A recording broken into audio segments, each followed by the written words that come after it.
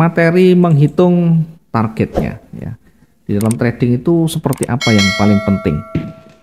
Trading itu ibaratnya kita bermain logika, berbisnis, di mana dalam bisnis itu bagaimana supaya kita menghitung antara untung itu lebih besar daripada ruginya. Untung itu lebih besar daripada ruginya. Bagaimana caranya? Ya, meminimalisir kerugian, memaksimalkan untungnya. Bagaimana caranya? Kita pelajari seperti apa plus minusnya, untung ruginya. Sebelum kita masuk, kita dalami dulu apa yang menyebabkan nanti saya bisa rugi banyak. Karena yang paling pokok di dalam trading itu kalau ndak untung besar, kemudian untung kecil, kemudian ada saatnya break even point atau nol ya. Kemudian juga di sana ada rugi. Rugi itu ada rugi kecil, ada rugi yang besar. Pasti begini. Rugi itu selalu ada rugi kecil, ada rugi yang besar. BEP itu berarti nol. Antara untung dan rugi sama nilainya, itu nol. Jadi tidak dapat untung, tidak rugi. Nah, yang paling penting itu bagaimana supaya untung besar ini kita dapatkan. Kemudian rugi besar ini kita bisa eliminir ya, kita bisa cegah, kita bisa selesaikan. Atau setidaknya kita bisa meminimalisir yang rugi besar itu menjadi kecil. Sehingga tidak peduli yang kita lakukan itu nanti analisa kita itu sesuai atau tidak sesuai dengan harapan kita tidak penting. Karena bagaimana supaya rugi besar ini kita bisa cegah. Untung besar kita bisa dapatkan. Sehingga rugi-rugi yang kecil ini, untung kecil ini akan tercover dengan ininya. Akan tercover dengan ini. Maka dalam trading selalu ada minusnya, biasa. Jangan berpikir kalau kita entry pasti akan benar, pasti akan sesuai. Kalau mikir kita seperti itu, kita akan tersiksa dan akan selalu mencari strategi, akan mencari metode, mencari ilmu-ilmu yang baru, terus begitu.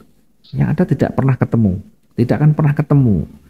Nah, kita belajar coba dengan satu teknik atau satu metode saja, satu teknik, satu metode yang itu kita perdalam.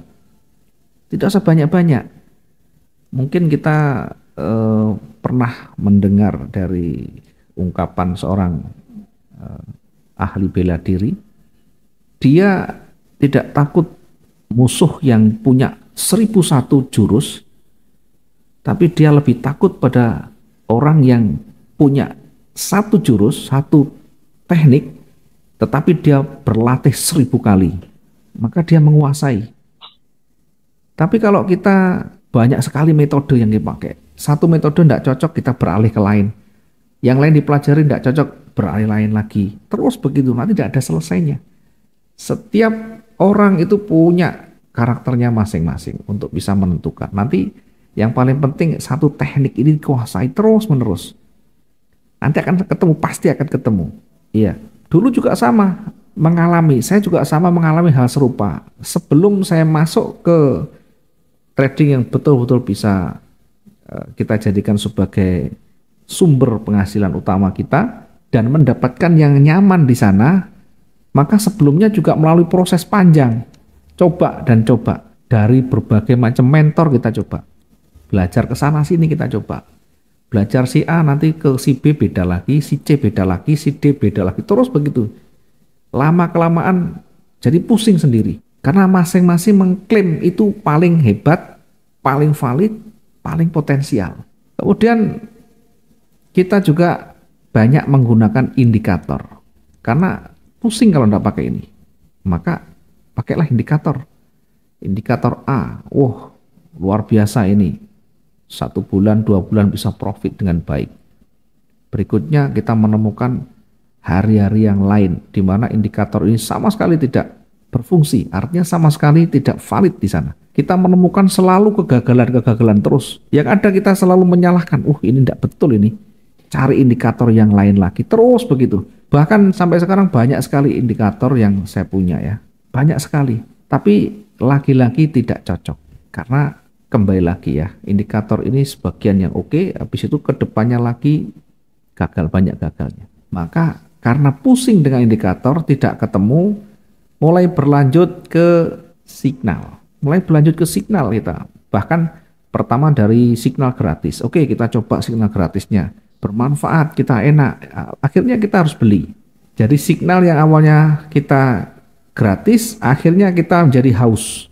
Ya, menjadi haus dengan signal itu mempermudah kita. Tinggal masukkan, tinggal input aja. Tek, tek, tek, tek, tek, buy di mana, sell di mana, TP di mana, SL di mana. Tinggal ikuti aja. Di awal oke, kita bisa untung, bisa untung, bisa untung. Belakangan jadi kacau, belakangan jadi kacau. Maka cari lagi indikator lagi, signal lagi yang bagus lagi. Bahkan sampai harus langganan sana sini kita coba semua. Sampai berlangganan.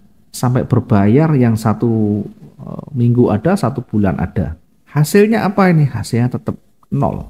Bukan ini yang saya cari. Saya mencari betul-betul trading yang muncul dari kepala saya. Akhirnya begitu. Karena mentok ini tidak bisa. Masih belum bisa. Karena kita juga pusing. Uang sudah keluar banyak. Mau kita mundur juga sudah terlanjur banyak habis. Maju terus. Maka apa yang terakhir? Senjata paling akhir adalah robot. Berapa kali kita berlangganan, berapa kali kita harus beli robot trading. Dengan presentasenya yang luar biasa, tiap hari kita trading tidak harus bekerja keras, tidak harus membuka ini, membuka itu. Cukup kita daftar, cukup kita berlangganan servernya, jalankan tiap hari, nikmati hasilnya. Seolah mudah sekali, Mang. Betul-betul ini membuat kita itu terlena. Bahkan terakhir kemarin-kemarin berapa kasus robot trading ini terbongkar semuanya.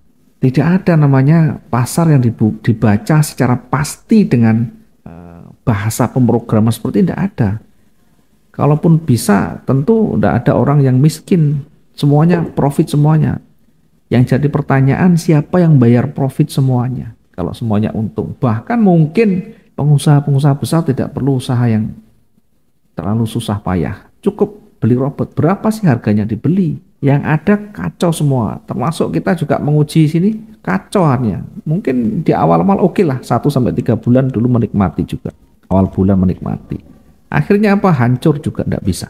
Akhirnya disitulah, dari pengalaman panjang itulah, baru kita mencoba betul-betul membaca secara langsung bagaimana sih. Maka mengawalinya dari yang paling dasar itu tadi. Mengawalinya dari yang paling dasar.